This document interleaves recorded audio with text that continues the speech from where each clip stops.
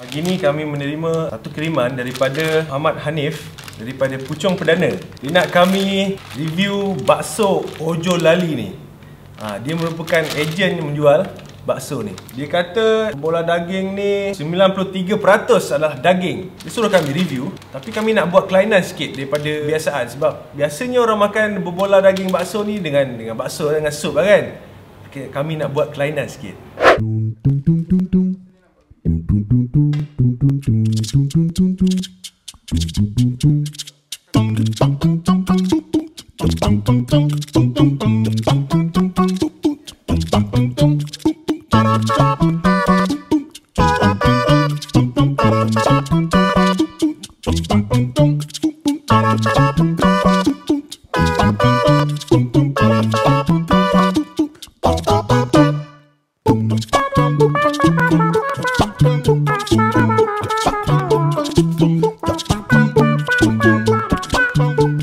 Kami dah pun siap ni sandwich bakso cheese resepi yang kita orang cakapkan tadi.